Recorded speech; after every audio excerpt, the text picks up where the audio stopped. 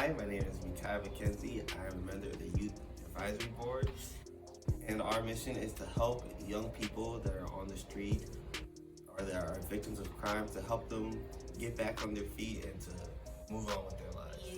We want to get as many, if not all, youth off the streets as we can.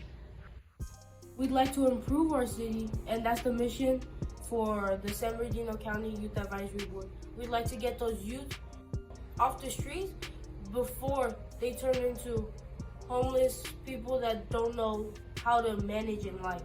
The YHDP funding is very important because it will help us so much when it comes to housing, especially for the youth, because there's not a lot of affordable housing for some youth, especially when they come out of like transitional centers like the TAPE program. Because after they come out and they get their housing, it's not permanent because they don't have a lot of opportunities to continue. So with this funding, we'll be able to help them not only with their housing, but also with their employment, and for some, if they're going to school, to help them as well, so that they can continue moving on with their future. With the YHDP funding, we'd be able to get more beds in shelters and more transitional housing for youth. We'd just be able to get a lot more opportunities for them to sleep in a home instead of on the street or in a park or under the freeway. We'd be able to do a lot more for them than just giving them a backpack and just letting them go back out on the street. So I'm part of the LGBTQ community. I'm trans, and I've struggled living with my parents, my family. They wouldn't accept me, so I decided to leave.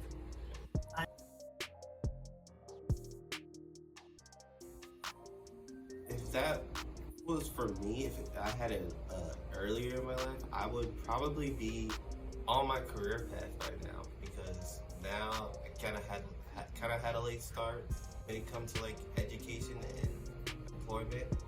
So if I had that, I would have been off the streets a lot earlier, or maybe before I even got on the streets.